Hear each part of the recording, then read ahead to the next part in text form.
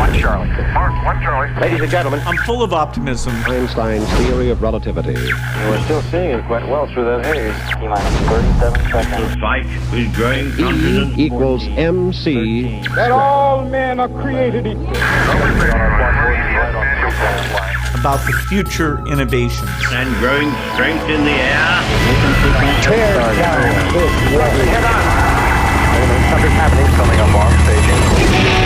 This is Finding Your Frequency with your hosts, Jeff Spinard and Ryan Treasure. It's time to speak up, share your voice, and hear from the thought leaders. Ladies and gentlemen, welcome to another fantastic episode of Finding Your Frequency. I'm your host, Ryan Treasure, and I want to welcome you guys to this outstanding episode that we're going to be having today.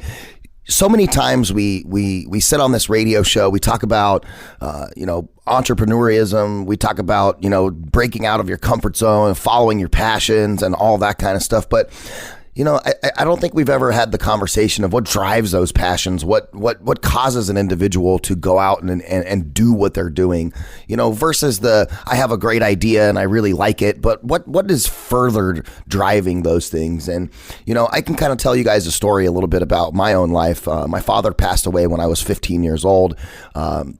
From Agent Orange due to cancer, and he was in the Vietnam War, and he was in the 101st Airborne Army, and he flew cover missions for dropping this chemical all over the forest in Vietnam, and later, that's what led to his departure from this earth. And I think a lot of the things that I do on a given day are really driven by, things that I heard and learned from my father.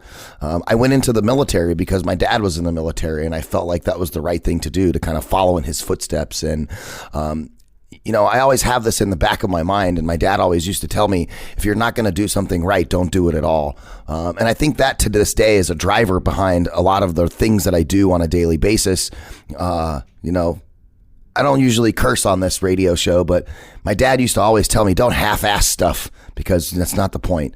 And that teaching, those things have always stuck with me on a daily basis when I do this radio show, when I'm a husband, a father, trying to take care of the house, trying to, be the man around the house, and do all of those things. I always say to myself, don't half-ass this, Ryan, because your dad would be pissed. So we're going to talk a little bit about that today, and talk about grief and how some of those things are drivers in our everyday lives. And we have a fantastic guest that's going to be joining us today, Cheryl Jones, who's a grief counselor and author, an expert in the space. She's a consultant and group leader at the free therapy program of the Women's Cancer Resource Center, and also has a wonderful radio show on the Voice America Health and Wellness channel. Cheryl Jones, welcome to the show. Thank you for having me, Ryan. I'm really happy to be talking here in this vein about finding our frequencies, how we get there. Yeah, and I appreciate you taking time out of your schedule to join us today. And you kind of heard in the beginning of the show, I mean, the preface of this is, what are those intangible components that really drive people? And I think we can go down that road a little bit more. But first, let's talk about Cheryl. Let's talk about you.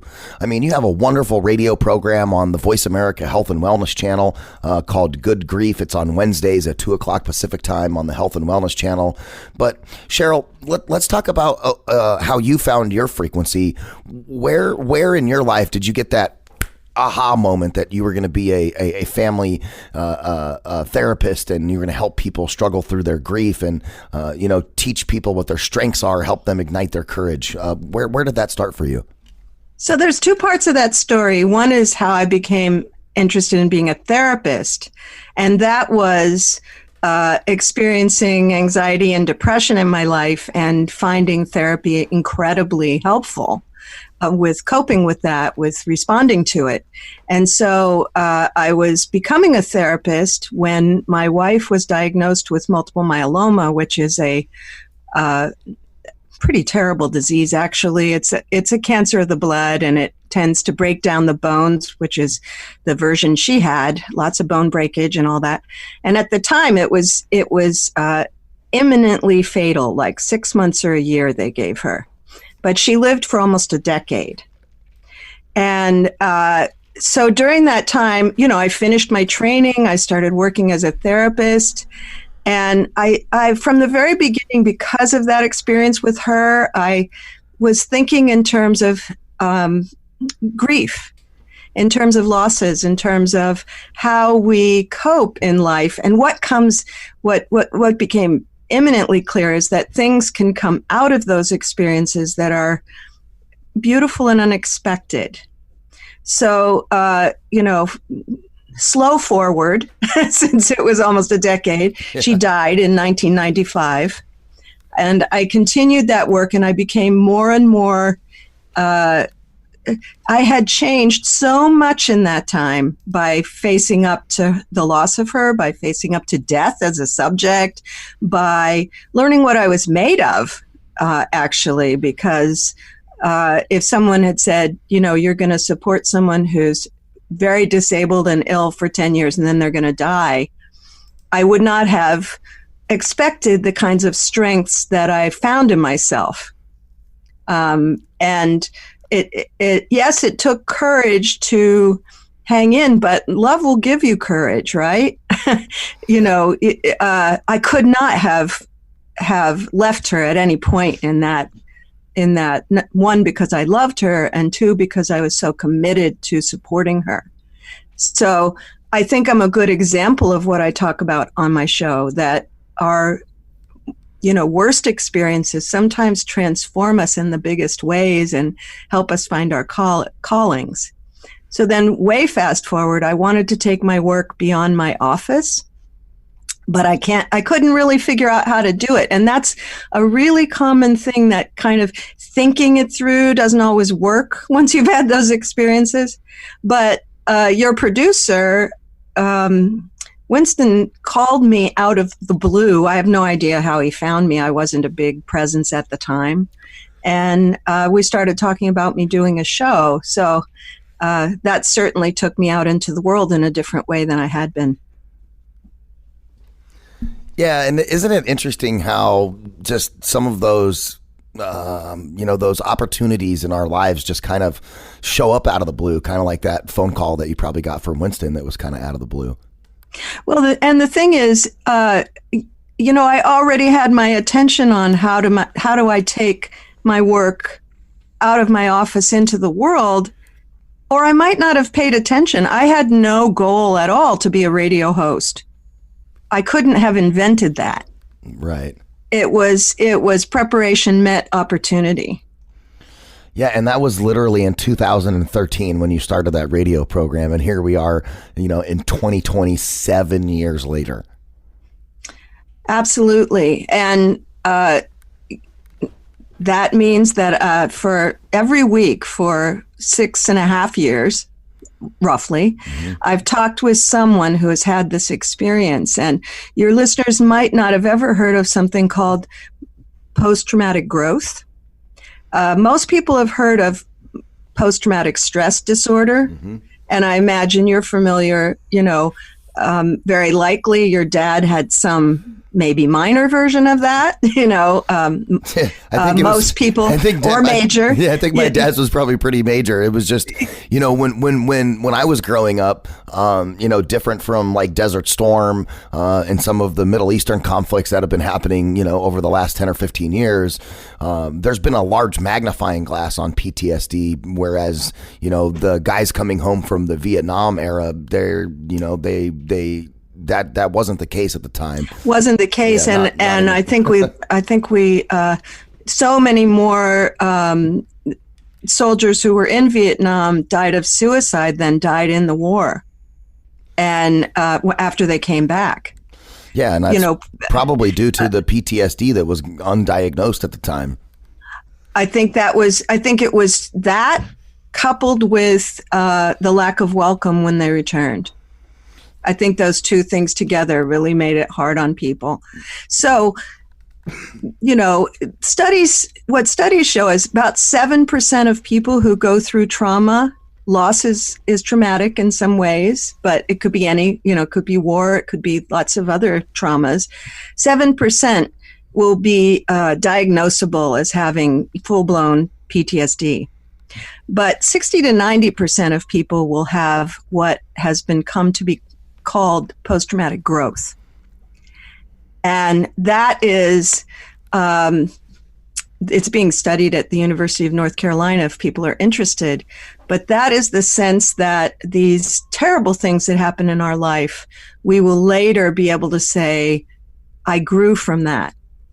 And they've identified the ways that people grow. It doesn't mean we're not traumatized, but it's kind of a parallel path.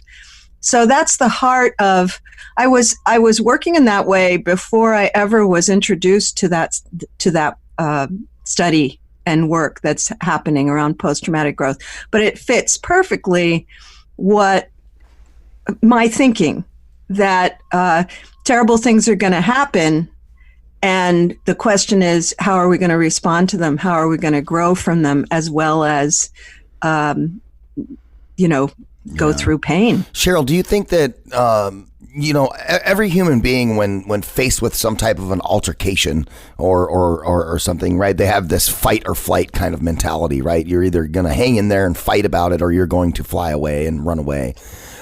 I would add freeze. Freeze? Fight. Yeah, that's one that's come through in the last, decade. Fight, flight, or freeze. Yeah, and I guess I group freeze. I group freeze with flight. Yeah, but when you're freezing, you're not running. That's the difference. Well, and I guess that's a good point. And when you talk about post-traumatic growth, I think that anytime that a human being is faced with an inopportune circumstance that causes them some grief, I think kind of the same thing happens. It's kind of like that fight or flight, or maybe freeze as well. But like you said, you have 6% of people who are PTSD, and those are like the flight, and then you have whatever you said, the percentage of people who have post-traumatic growth, and that would be like people who are fighting. And I think that's really what happens with most people. In my life, I told you earlier, I lost my dad when I was 15. I had a whole slew of family deaths when I was a teenager. That was really weird. My uncle died, my father died, my grandmother died, all within like a 3 or 4 year window. And and I have always thought about that in my own mind, and kind of like, I actually did make a choice at that time, because I could have chose to freeze or flight, or, sink back into myself and do something. But I chose the opposite. I said, you know what? I can't let these things that have hurt me so deeply as a young adolescent define where I'm going and what I'm doing, which is why I made the decision when I was 17 to go into the Navy. I was like, well, I'm either going to sit around here and feel sorry for myself because my dad died, and, struggle my way through college and think about it here while I'm living in my hometown, or I'm going to get out of here. I'm going to go do something, and I'm going to go learn some stuff. And that's really why I made the decision to go in the Navy, because it was like part of my coping mechanism. I felt like I had to get out of my hometown. I had to get away from Phoenix. I had to go do something so I wasn't stuck here. I really resonate with that. And also, I'm thinking about my oldest child. She was 14 when my wife died. And recently we were talking, and she said, the biggest takeaway from, and her dad, her biological father died when she was 11.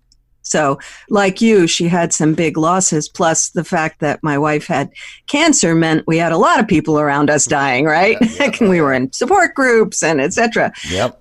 And so she was saying, here's my biggest takeaway from that time in my life.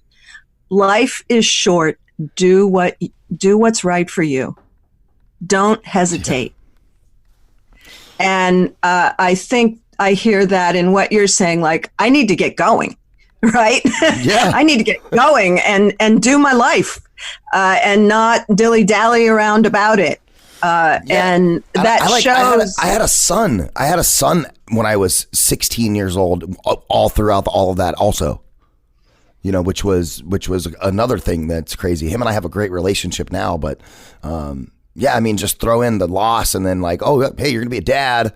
At a young age. Just on the side there. Yeah, hey. Well, I think we're also talking, Ryan, about immediately after loss events and then later down the road, because especially as a teen, we are so geared towards the task of that period of life is to launch, right? And I like to say development stops for no person, right? that was your job then. I interviewed someone whose parents were murdered when he was 14, Scott Stabile, wonderful man. And he said, I had to pack that away. I was not mature enough to really handle it, really go through the feelings and get to the other side. And so what he did was he just kept going on his path, right? But with a lot of energy. And then every year on the anniversary of this, of their deaths, he would lock himself in a room and cry all day. And then he'd brush himself off and go forward again. Now, he's a particularly resilient type of person, I guess I'd say. But he later did have to go back and really go through the feelings of that. But that's led to the work of his life. He's written a book called Big Love. He talks a lot about forgiveness. He forgave the person who murdered his parents. It really turned into a life calling. But ultimately, usually that doesn't happen immediately.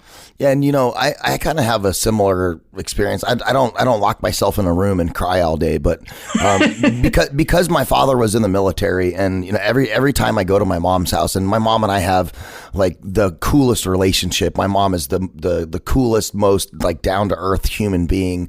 I guess my mom is like my best friend too. We've been through a lot together. My mom is so tough, it's insane.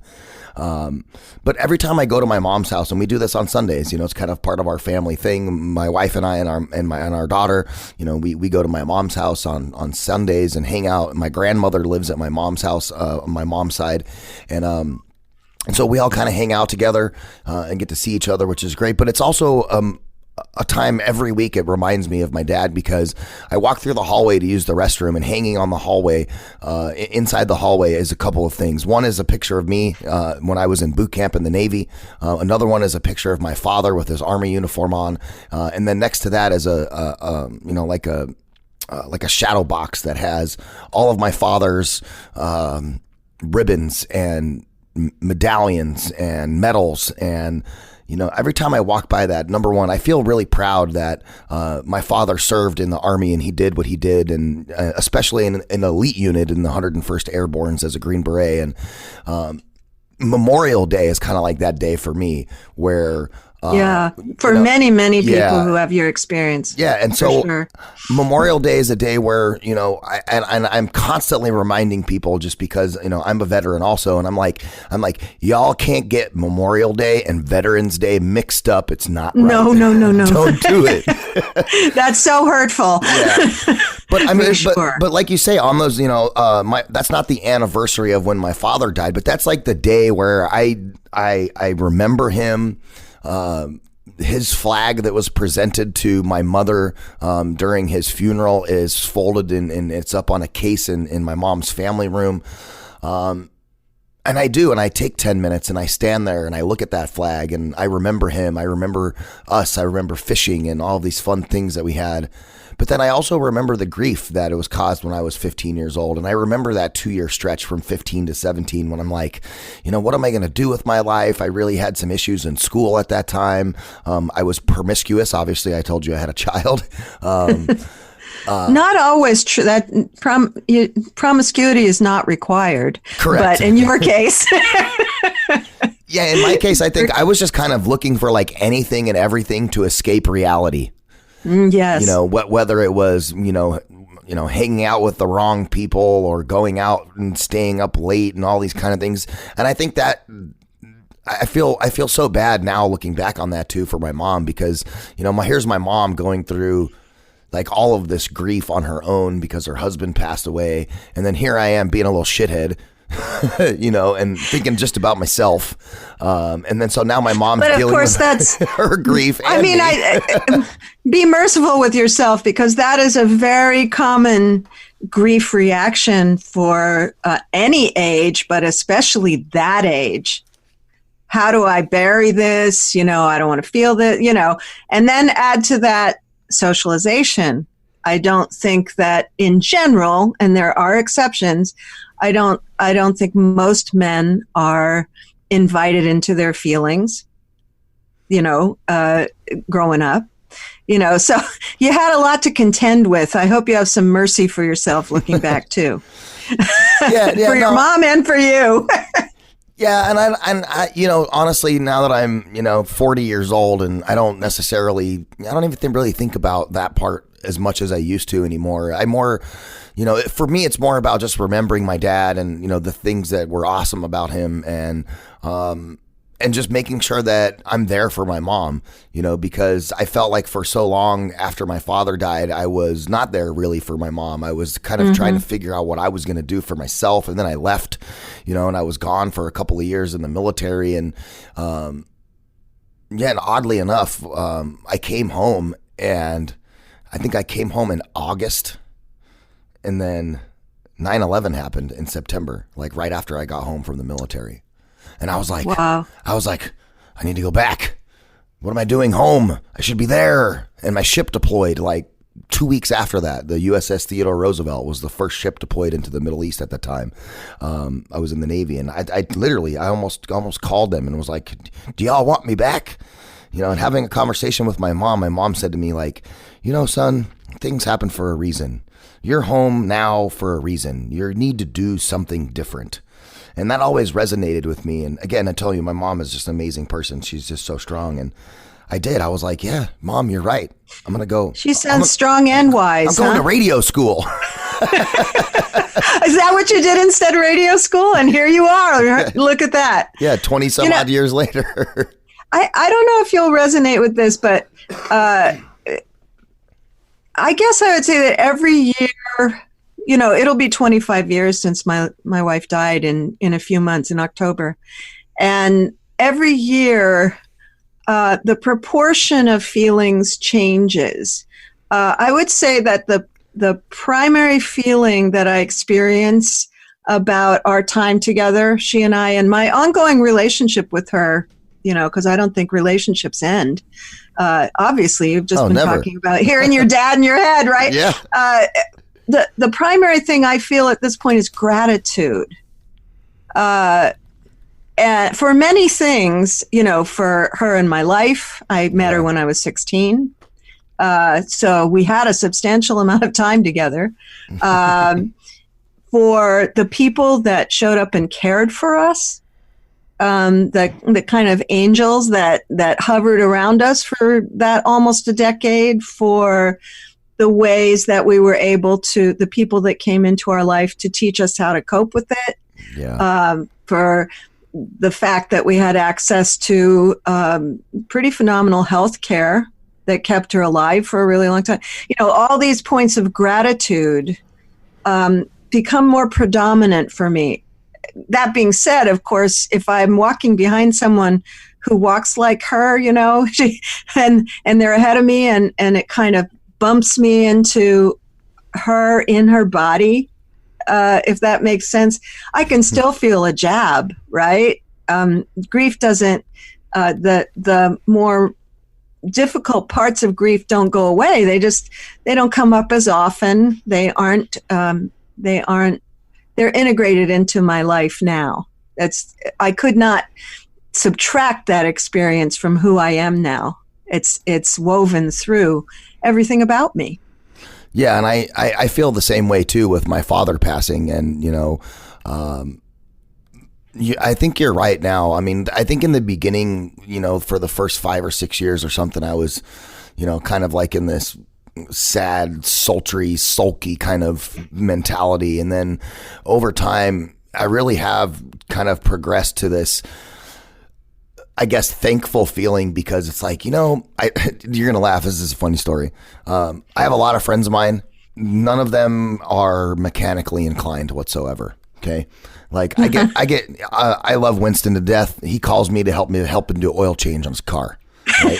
Winston and I are great friends. He's such a capable person. I know. That really makes me laugh. Right. Such a capable guy. And, he calls me and he's like, Ryan, my window won't roll up.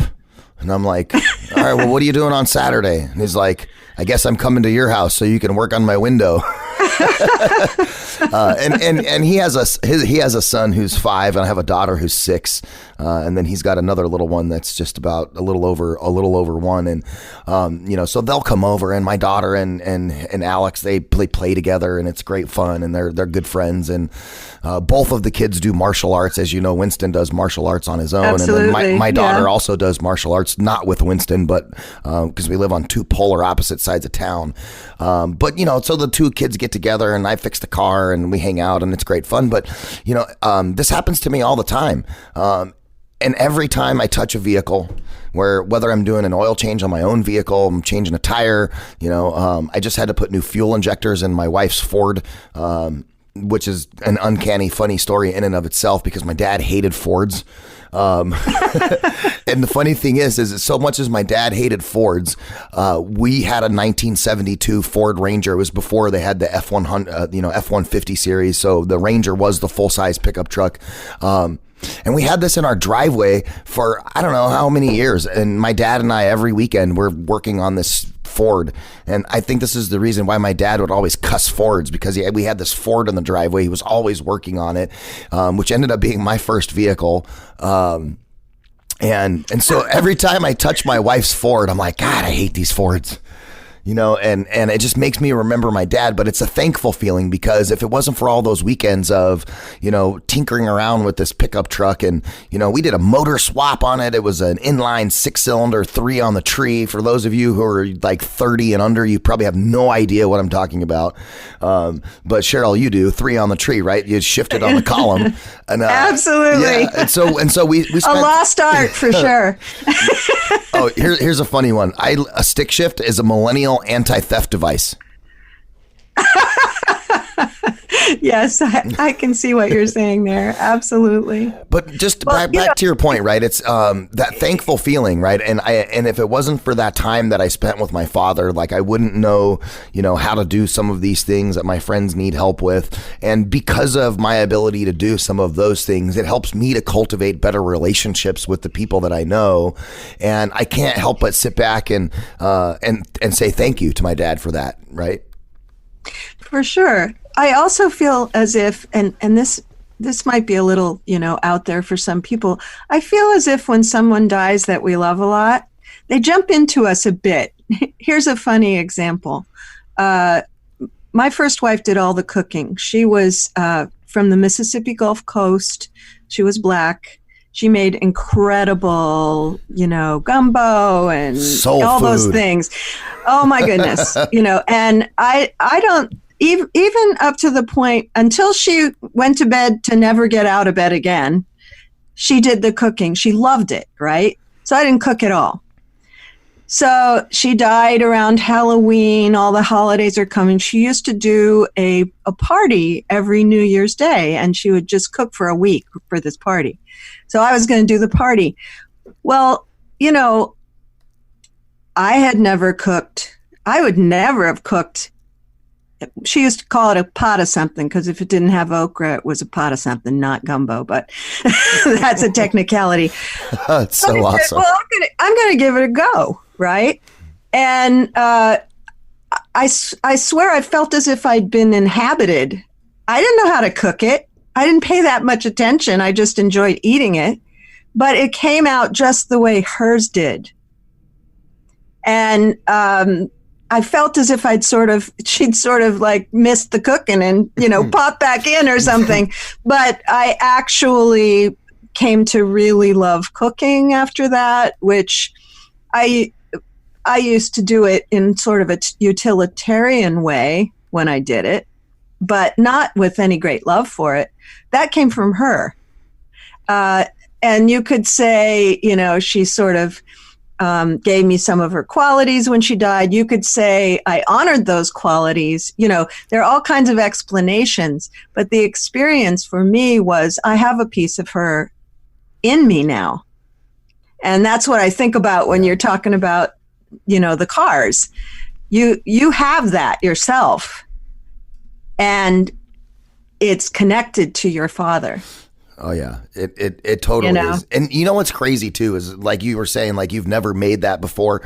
There's been times like my wife's car is like a newer car. It's like a 2012 or something like that.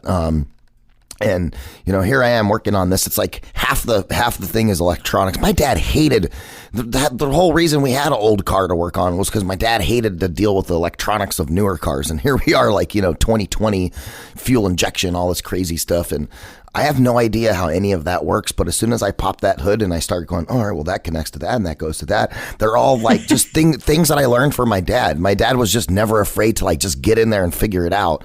And I think that, aside from cars, that's just, I think something that has been ingrained in me that's part of who I am that I learned from him. And I do that every day here at the radio studio. I mean, I get silly questions about all kinds of stuff all day long, and I may not from me from time to time, probably whatever it is, and I may not know exactly what to do at the time, but with a little bit of research, due diligence, and perseverance, right, between those three items, you can figure just about anything out.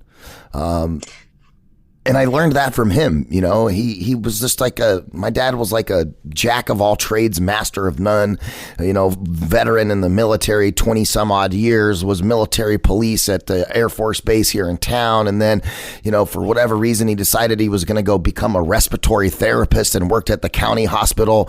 And then he bought a big rig truck and was a truck driver and an owner operator. And he decided then, I don't want to drive in the wintertime because I don't like driving the big rig in the snow, so I'll drive truck in the summer in the summertime, and then I'll work at the hospital in the wintertime and work on cars, and just like creative solutions. Multifaceted guy, And, I feel called upon to put in a word for grieving, I should say, in a sense that if I've had many clients who their parent dies when they're young and the whole family shuts it down.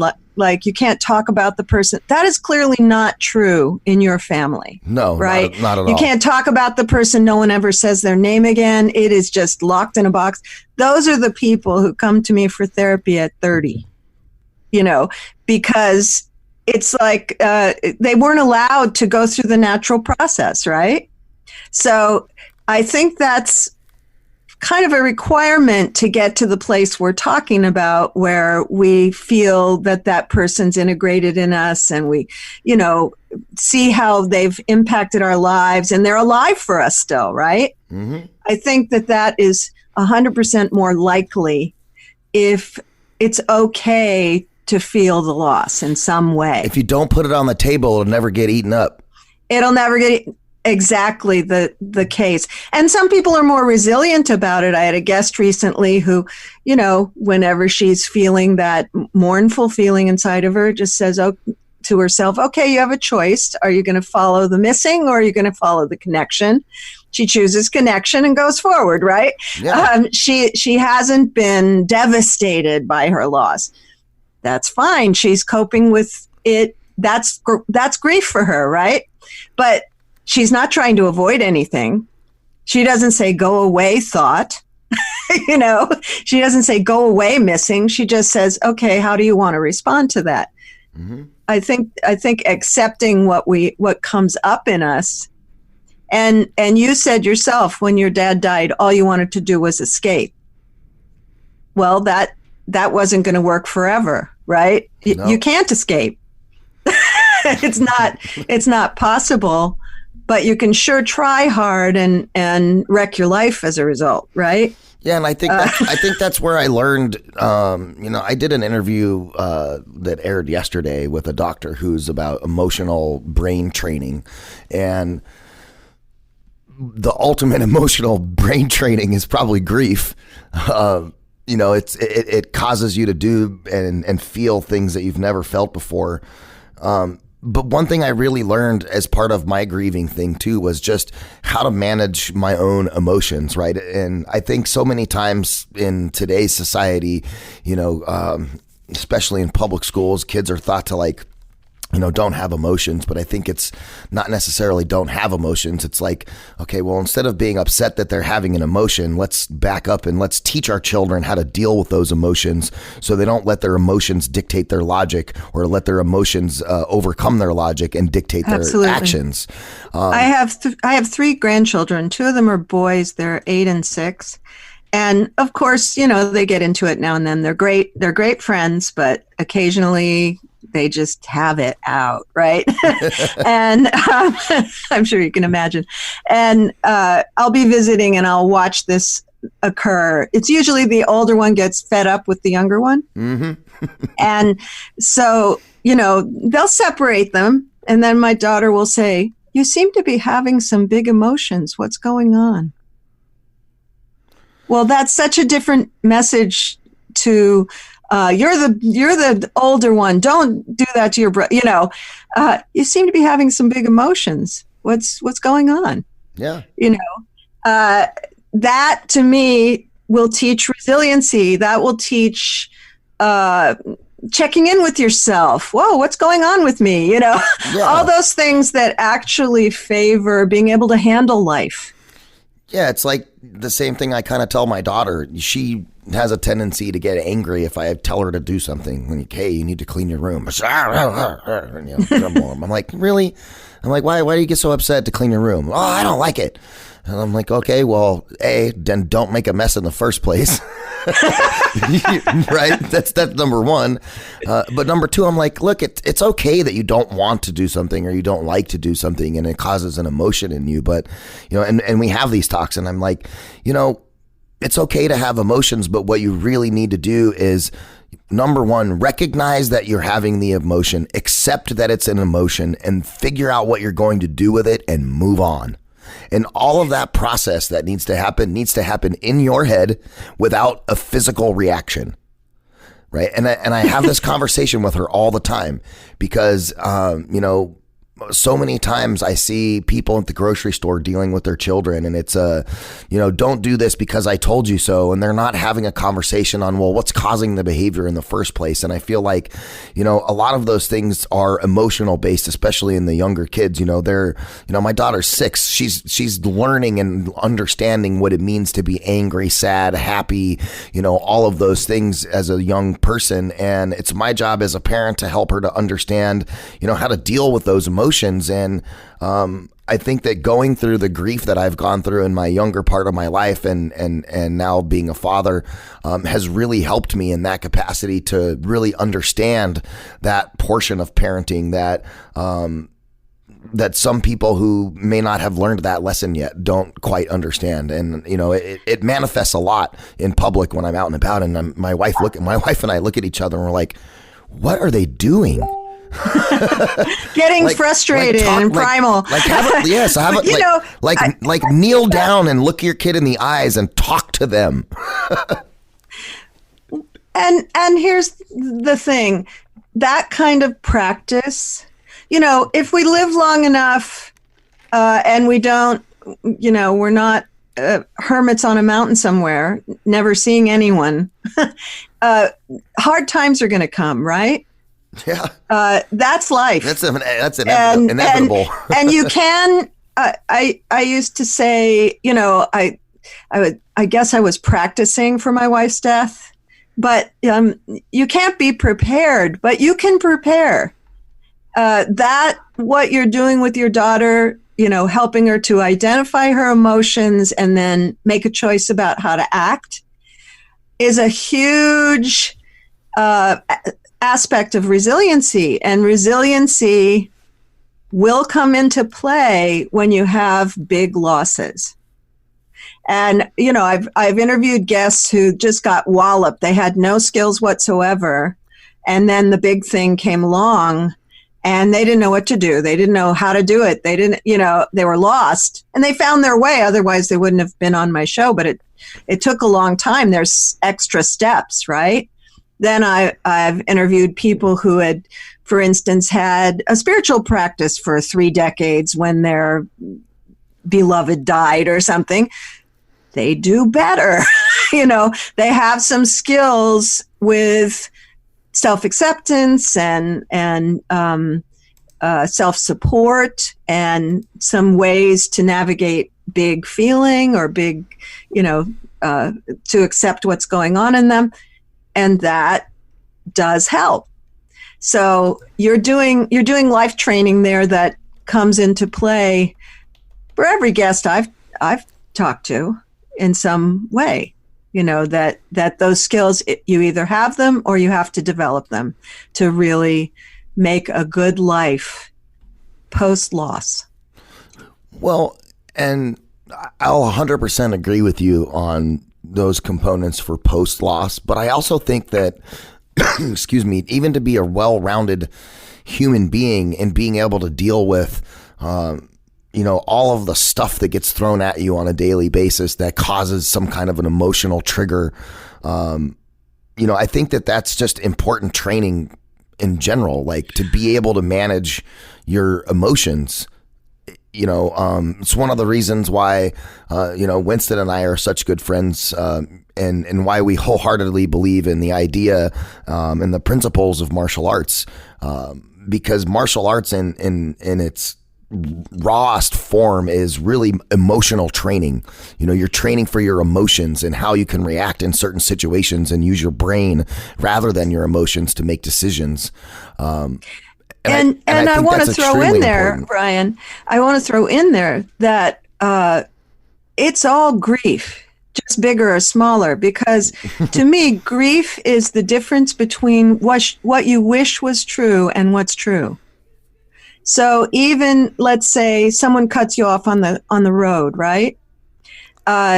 You lost the idea that you were in charge of that travel. That was my lane, Cheryl. That was my lane. I lost that lane. And that's a small example of grief and response. That those are the 5-pound weights that then collect into the capacity to deal with hugely unpreferable circumstance. Oh, I'm guilty of that one too. That's all. Did you get your driver's license in a Cracker Jack box? What is wrong with you? Exactly. Perfectly natural reaction. That's the reaction, right? But the longer I work in grief, the more things fall into that category for me. Yeah. Politics. We could talk about politics. We could talk about, there are just so many things that involve a loss, small or large. Politics does cause me grief. Indeed. But we won't get into that at this point in the hour. But, I think it's interesting to think of as how good are we as people at, no matter what our, point of view is, at sitting with what we don't like, someone else's opinion, whatever it might be, and how much fear comes up and how much do we react to fear. And, all those things are really intrinsic to how we look at the world. And I would say that when people have had deep loss and dealt with it, really gone through the feelings attached to that, we get better at dealing with the unpreferable because you know how to sit with hard feelings. Just to bottom line it. Yes. Yeah, well, that's a tough skill, to manage. I mean, it's really, all these emotions, they come from your brain, and you've got to figure out a way to, I'm not say suppress them, but, bring them to the forefront, figure it out, deal with it, and then move on to the next thing without it popping your bubble, I think that many people don't realize that you can have an emotion without an action. Well, whoa. People say, well, I'm just being honest. This is how I feel. Well, that's not actually honesty. Right. That's reactivity. That's the same. That's literally the conversation I have with my kid about the whole cleaning of the room. And she stomps her foot. She has this physical, emotional reaction. And then I immediately am like, boom, that's what I'm talking about right there. Sweetheart, I love you. I love you very much. You're having a physical reaction to an emotion. Why? Like you can. Because I'm sure you'd be okay if she said, "Oh, Daddy, I really hate to clean my room. Can I do it in half an hour?" Yeah, or whatever it might exactly. be. She could have a conversation. That would be the action, to have a conversation. But she's just reacting. Yep. Right? Mm-hmm. 6-year-olds do that. I'm not saying there's anything wrong with her, but that's what I feel part of my frequency is putting out the message that you can actually just have your feelings. It's okay. It's safe. Nothing really terrible is going to happen if you have a feeling. And you can let that happen before you decide what to do. Yeah, I mean, in fact, from my experience, I mean, I encourage emotion. I mean, the best things that are who humanity is are based on emotion. I mean, love and art, science, all of those things are technology, right? All of those things are yes, they're pressed by logic, but people get driven because of emotion. They're driven to create that next piece of art. The emotion is what brings out the creativity in that art. We have everything for a reason, right? Right. There's no junk in us. There's just how we're going to go forward with what we have. And that's how I know that machines will never take over the world, because they don't have emotions. True enough. They don't usually have wisdom either, which is an underrated commodity maybe in the world right now, but it really matters. Learned experience and well, like what? Taking past what experiences to lead to the future and all that. Well, and I think that's kind of the definition of what is wisdom, right? Knowledge is like, I can have some knowledge of something, a subject matter or whatever, but being wise around that is like, the difference between a 1st degree black belt and a 10th degree black belt. The 1st degree black belt has knowledge. The 10th degree black belt has wisdom. Wisdom. Right? I heard a great story once about martial arts that there was a period of time where every woman around me was doing martial arts. I never quite got there, but everyone was. And I heard this story about a woman who finally got her black belt after years of practice.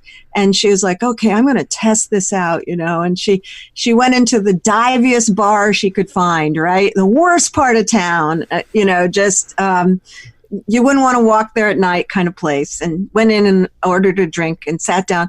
No one came near her. She just emanated confidence and that's wisdom. She didn't have to fight. Yeah, that's true. I mean, 100%.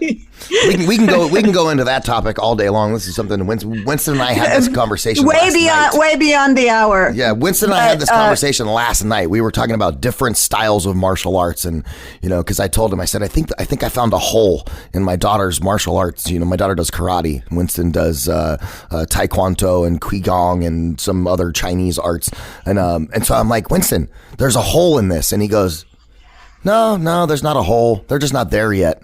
And which was funny because I always think about part of fighting is aggression. Part of defending yourself is also aggression. And I'm like, well, how do you learn that? And he's like, you don't. It's either there or it's not.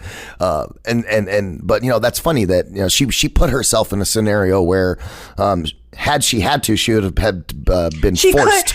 Yeah, my daughter was in a program called Destiny Arts here, and they have a whole protocol. There's martial arts training involved, but it's the last resort. Right. And they have all these steps before that point. And so if you call out your aggression to deal with a situation, it's mindful, right? Yep. It's the only option that will do in that situation. I think that's if we all had that, if we all tried everything first, Yeah. you know, I don't have a big dose. We all have everything, but I don't have a big dose of aggression. Maybe that's why I never ended up in martial arts, right? maybe. But I see that it's part of who we are as humans and something we have to kind of work with. I mean, aggression in and of itself, I mean, is an emotion, right? I mean, it's part of our wiring. It's a feeling that causes a physical right? It's a feeling that causes a physical reaction. For sure.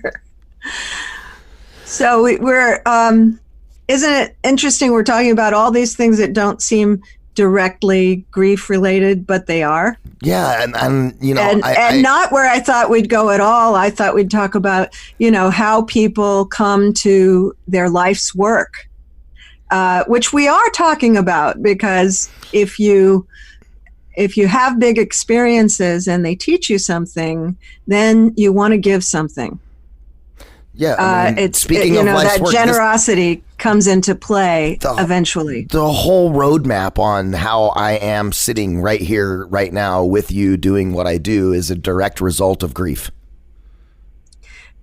Amen to that. Me too. You know, you can make my connection. It's obvious, right? Yeah. It's obvious that my experience led to what I do now and affected every aspect of my life. But with you, it wouldn't be obvious necessarily. And I think that's true of a lot of people, that, the thing we end up doing comes from hard experiences. The person who gets divorced and is just flattened by it, and then has to figure out, okay, how am I going to support my children? I better go back to school. And, many of the most profound lessons we learn come from what we would never have chosen. Yeah, I have a statement I want to share with you in that regard. I love sports for a lot of different reasons, not just because I mindlessly sit in front of the television and watch sports, but I like the idea of sports. I like the team mentality. I like things that people can learn from sports. And I'm from Phoenix, so I'm a hometown Phoenix fan of all things Arizona based, football, baseball, basketball, all that stuff. And the Phoenix Suns got a new head coach this season, and his name is Monty Williams. And like a year and a half ago, his wife died, and he was left as a widower with two daughters. And, he was extremely resilient in that space and decided, you know what, I'm going to go back and coach basketball again. He ended up now he's the head of the Phoenix Suns. But we were at one of the media events, and one thing that he said struck me like a right cross to the face. And he said, everything you want is on the other side of hard. Right? Perfect. And I went, man, what if you lived by a mantra like that? That everything you want is on the other side of hard. Whether it's powering through grief in any which way, shape, or form, whether it's going back to school, whether it's, waking up at 2:00 in the morning. I did this today. My daughter woke, was like throwing up this morning, and then my wife and her are home today. I care about her, so everything I want for her is on the other side of hard. Everything I want for myself is on the other side of hard. And so it really did struck me like that. And I think that was a great example to kind of sum up some of the things that we've been talking about today. Absolutely. And the thing is, once you've been through what you would have considered the worst thing that could happen to you, my wife dying, your father dying, what is it that you can't do? What is it that holds you back from your true direction? I can't do brain surgery. Well, you wouldn't want to do brain surgery. Here's the thing. What I'm saying is, if there's something, if there's something that calls you, there's kind of no excuse in a way. Yeah. You've done harder things, and I'm not saying you 100%. In particular. No, all of us. General, you, all of us. Once you've had. My wife died. I don't even believe anxiety anymore because I did that. right? So, I think there's some power in that, facing up to what you think you can't handle and seeing that you did. There's some empowerment in it. Yeah, and I think if that's a takeaway for people on this radio show is just, think about things before, because if you think about it long enough, you think about it hard enough, it's not as hard as you really think it is. So stop thinking and take action. And it might be very, very hard and doable. Yeah, agreed. There's that too.